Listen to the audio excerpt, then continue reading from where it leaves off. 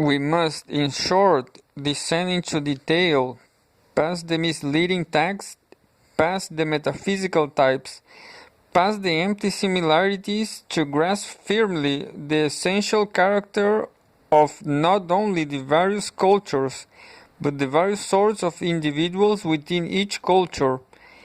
If we wish to encounter humanity face to face, in this area the road to the general, to the revelatory simplicities of science lies through a concern with the particular, the circumstantial, the concrete, but a concern organized and directed in terms of the sort of theoretical analysis that I have touched upon. Analysis of physical evolution, of the functioning of the nervous systems, of social organization, of psychological process, of cultural patterning, and so on, and most especially in terms of the interplay among them. That is to say, the road lies, like any genuine quest, through a terrifying complexity. Leave him alone for a moment or two, Robert Lowell writes, not as one might suspect of the anthropologist, but of that other eccentric inquired into the nature of man. Nathaniel Hawthorne. Leave him alone for a moment or two, and you will see him with his head bent down, brooding, eyes fixed on some ship, some stone, some common plan, the commonest thing, as if it were the clue. The disturbed eyes rise, furtive, foiled, dissatisfied, from meditation on the true and insignificant. Bent over his own ships, stones, and common plans, the anthropologist broods, too, upon the true and insignificant, glimpsing in it, or so bethinks he thinks, fleeting and insecurely, the disturbing, shameful image of himself. Chapter 3. The growth of culture and the evolution of mind. The statement, the mind the mind is its own place, as theorists might construct it, is not true, for the mind is not even a metaphorical place. On the contrary, the chessboard, the platform, the scholar's desk, the judge's bench, the lorry driver's seat, the studio, and the football field are among its places. These are where people work and play stupidly or intelligently. Mind is not the same of other person, working or frolicking behind an impenetrable screen. It is not the same of another place where work is done or games are played, and it is not the name of another tool with which work is done, or another appliance with which games are played. Gilbert Ryle. 1. In the intellectual story of the behavioral sciences, the concept of mind has played a curious double role. Those who have regarded the development of such sciences as involving a rectilinear extension of the methods of physical science into the realm of the organic have used it as a devil word, the referent of which was all those methods and theories which failed to measure up to a rather heroic ideal of objectivism. Terms such as insight, understanding, conceptual thinking, image, idea, feeling, reflection, fantasy, and so on have been stigmatized as mentalistic, i.e., contaminated with the subjectivity of consciousness, and the appeal of the castigated as a lamentable failure of scientific nerve. But those who have, on the contrary, regarded the move from a physical to an organic, and most especially to a human, subject matter as implying far-reaching revisions in theoretical approach and research produce have tended to use mind as a cautionary concept, one intended more to point to defects in understanding than to repair them, more to stress the limits of positive science than to extend them. For such thinkers, its main function has been to give a vaguely defined but intuitively valid expression to their settled conviction that human experience has important dimensions of order which physical theory and pari passu psychological and social theories modeled on physical theory omits to consider. Sherrington's image of naked mind, all that counts in life, desire, says, true, love, knowledge, values, going in our spatial world some ghostly than a ghost, serves as an epitome of this position, as Pavlov's reported practice of levying fines on any of his students who so much as uttered mentalistic words in his laboratory does of the opposite. In fact, with some extensions, the term mind has not functioned as a scientific concept at all, but as a rhetorical device, even when its use has been forbidden. More exactly, it has acted to communicate and sometimes to exploit. A fear rather than to define a process, a fear of subjectivism on the one hand and of mechanisms on the other. Even when fully aware of the nature of anthropomorphic subjectivism and its dangers, Clark Hull warns solemnly, the most careful and experienced thinker is likely to find himself a victim to its seductions, and urges as a prophylaxis the strategy of viewing all behavior as if it were produced by a dog, an albino rat, or safest of all, a robot. While for the opposition, Gordon Allport professes to see a threat to human dignity in such an approach, complaining that the models we have been following lack the long-range orientation which is the essence of morality. An addiction to machines, rats, or infants leads us to overplay those features of human behavior that are peripheral, signal-oriented, or genetic, and to underplay those features that are central, future-oriented, or symbolic.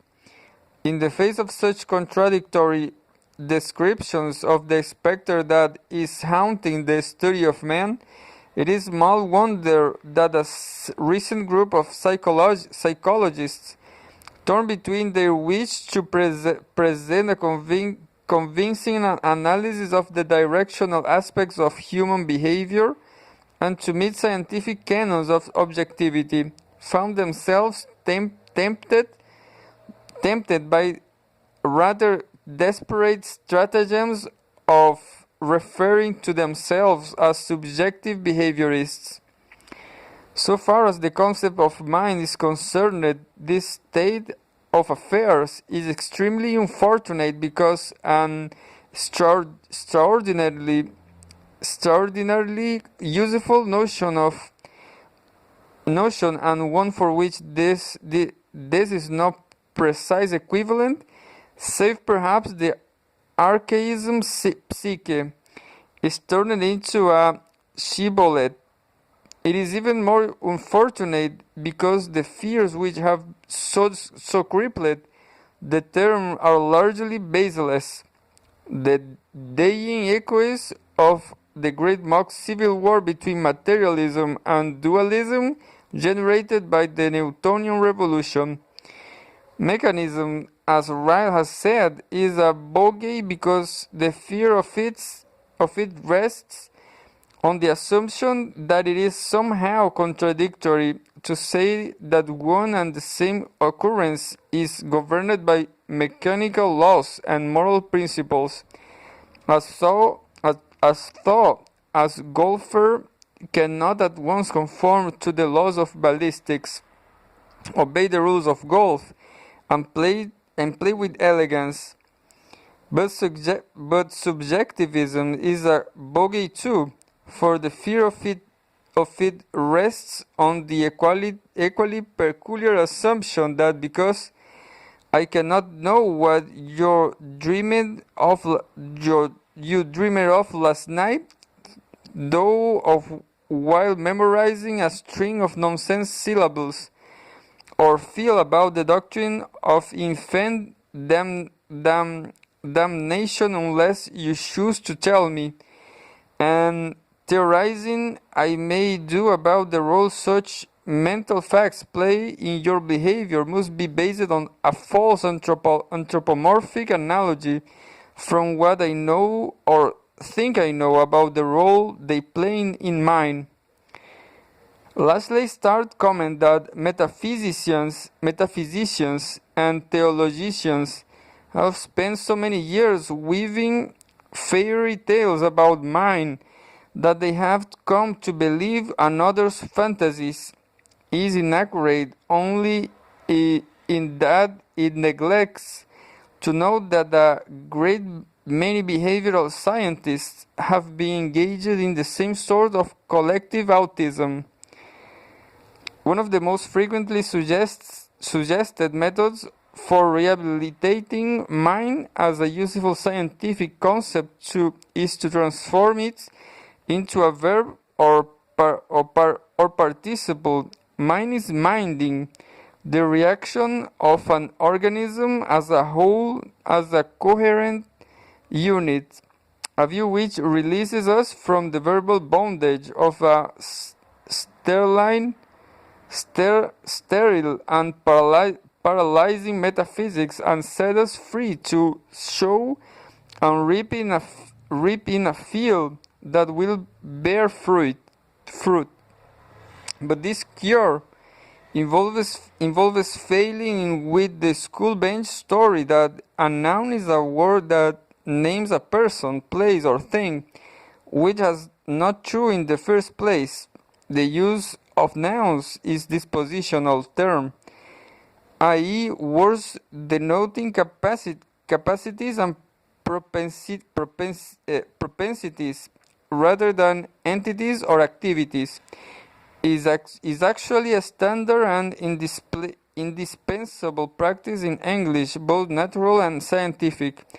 If mind is to go faith, hope, and charity, we'll have to go with it as well as cause, force, and gravitation, and motive, role, and culture.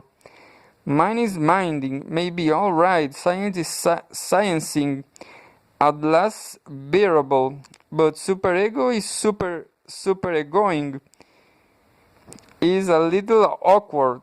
Even more important, although it is true that part of the fog of confusion which has arisen around the concept of mind is a result of a false analogy with nouns which no name persons, places, or things. It mainly springs from much deeper sources than the merely linguistic. Consequently, making it into a verb is no real protection at all against a sterile and paralyzing metaphysics. Like mechanists, subjectivists are men to infinite resource, and an occult activity may simply be substituted from an occult entity, as in the case, for example, of introspecting. From the scientific point of view, to identify mind with behavior, the reaction of the organism as a whole is to render it as uselessly redundant as to identify it with an entity more ghostly than a ghost. The notion that it is more defensible to transform a reality into another reality than to transform it into a unreality is not correct. A rabbit disappears just as completely when he is magically changed into a horse as he does when he is changed into a centaur. Mind is a term denoting a class of skills, propensities, capacities, tendencies, habits. It refers in Dewey's phrase to an active and eager background which lies in wait and engages whatever comes its way. And as such, it is neither an action nor a thing, but an organized system of dispositions which finds its manifestation in some actions and some things. As Ryle has pointed out, if a clumsy man trips accidentally, we do not regard it proper to ascribe his actions to the workings of his mind. But if a clown trips on purpose, we do feel it proper to say this. The cleverness of the clown may be exhibited as in his tripping and tumbling. The trip and tumbles just as clumsy people do, except that he trips and tumbles on purpose, and after much rehearsal at the golden moment, and where the children can see him, and so as not to hurt himself. The spectators applaud his skill and seem clumsy, but what they applaud is not some extra hidden performance executed in his head.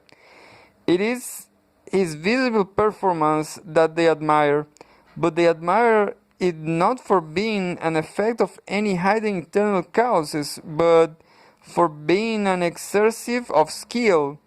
Now a skill is not an act. It is therefore neither a witnessable nor a unwitnessable act. To recognize that a performance is an exercise of a skill is indeed to appreciate it in the light of a factor which could not be separately recorded by a camera. But the reason why the skill exercised in a performance cannot be separately recorded by a camera is not that it is an occult of ghostly happening, but that it is not a happening at all. It is a disposition or a complex or dispositions, and a disposition is a factor of the wrong logical type to be seen or unseen, recorded or unrecorded. Just as the habit of talking loudly is not itself loud or quiet, since it is not the sort of terms of which loud or quiet can be predicated, or just as a susceptibility to headaches is for the same reason not itself unendurable or endurable, so the skills, tastes, and bends which are exercised in over or internal operations are not themselves overt or internal, witnessable or unwitnessable. A similar argument applies to objects. We will not refer, save in a metaphorical way, to the legendary burned pig the Chinese produced by accidentally setting fire to his house and cooked it, even though he ate it because it it did not result from the exercise of a mental capability called knowledge of cooking, but we would so refer to the second such peak, the now educated shyness produced by deliberately burning down his house again, because it did result from such a capability, no matter how crude. Such judgments, being empirical, may be wrong. A man may have really tripped when we thought he was only clouding, or a pig really being cooked when we thought it merely burned. But the point is, what when the attribute mind to an organism we are talking about neither the organism's actions nor its products per se, but about its capacity and its proneses, its disposition to perform certain kinds of actions and produce certain kinds of products, a capacity and a proneness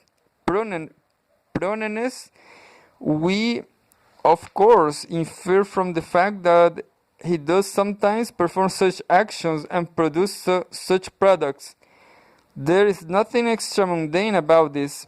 It merely indicates that a language lacking this dispositional term will make the scientific description and analysis of human behavior extraordinarily difficult and severely cripple its conceptual development, in the same way that a language such as the Arafesh, in which you must enumerate by saying 1, 2, 2 and 1 dog, 4, 1 dog and 1 dog and 2, 1 dog and 2 and 1, 2 dogs, etc., cripples mathematical development by making counting so troublesome that people find it such an effort to go beyond 2 dogs and 2 dogs and 2 dogs, 24, than that they refer to all larger quantity as a lot.